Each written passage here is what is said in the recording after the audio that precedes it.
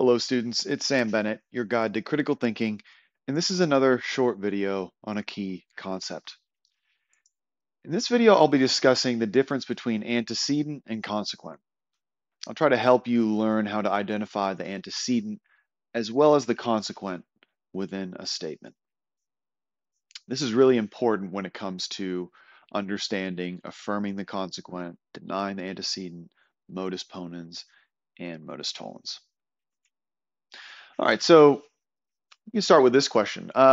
Where do antecedents and consequents live? Where do you find them, right? So to give an analogy, if you want to find some yolk, look inside of an egg. Do not look inside of a tree, okay? Similarly, if you want to find an antecedent, a consequent, look inside a conditional statement, an if-then statement.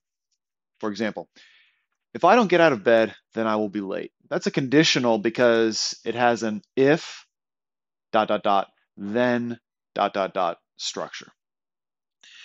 So there's an antecedent in here, I don't get out of bed, and there's a consequent, I will be late.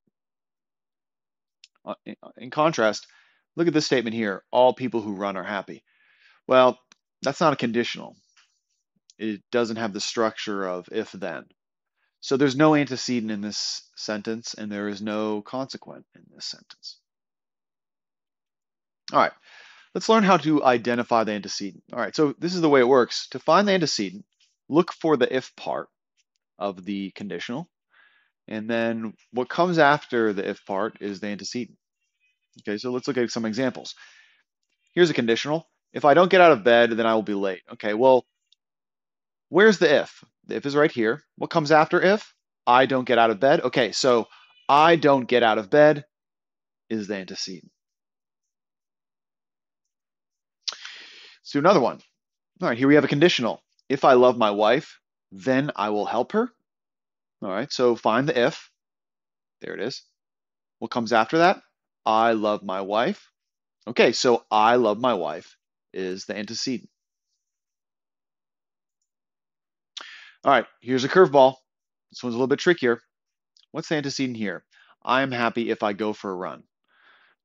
All right, so just remember, whatever comes after the if is going to be the antecedent, okay? So what comes after if? I go for a run. So I go for a run, that's the antecedent, okay? All right, so this next one here. If I'm not at the beach, then I'm sad. This is a conditional statement, right? It has an if-then structure, okay? So what's the antecedent inside of it? Well, it's what follows if. I am not at the beach, okay? So I am not at the beach, that is the antecedent.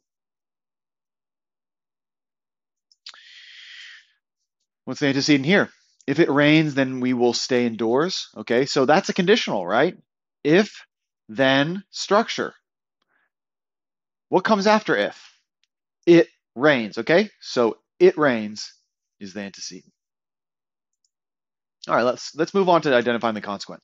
So how is this going to work? Well, one way to look at it is the consequent is what is left over after you identify the antecedent. Another way of looking at it is that, it's often going to follow the word then. Okay, so what's the consequent here? If I don't get out of bed, then I will be late. Well, what follows the word then? I will be late. Okay, so I will be late is the consequent. Another way of looking at it is what's left over after we take out the antecedent. So the antecedent is I don't get out of bed. All right, what's left over? I will be late. All right, what's the consequent here? Well, what comes after then? What comes after then is I will help her. So the answer is I will help her. That is the consequent. I will help her is the consequent. All right, here's the curveball. I'm happy if I go for a run. Okay, what's the consequent here? Well, subtract the antecedent. The antecedent is I go for a run, so what's left over? I am happy. That's the consequent. I am happy is the consequent because it is what is left over after we take out that antecedent. All right, what's the consequent here? If I study hard, then I will pass the exam. Well, what follows then in this sentence? I will pass the exam. So I will pass the exam, that is the consequent. All right, let's try to find the antecedent and the consequent inside larger arguments. All right, so look at this argument. Everyone knows it's important to be on time. If you are late to work, then your supervisor will notice. Being punctual shows professionalism. Therefore, the punctual will be noticed.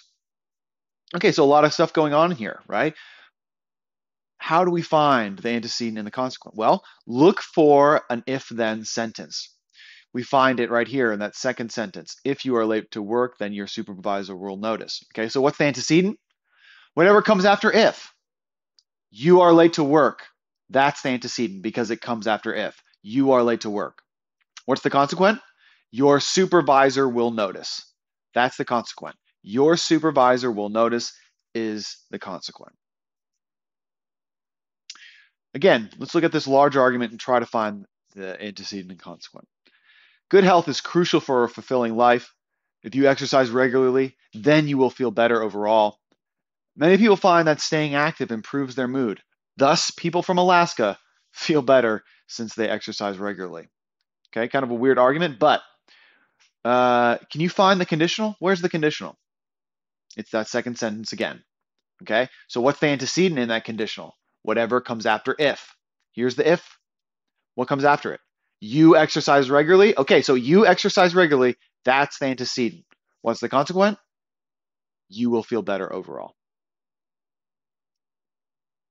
Here's another one to do for yourself. So pause the video and kind of look at this one, think about it yourself.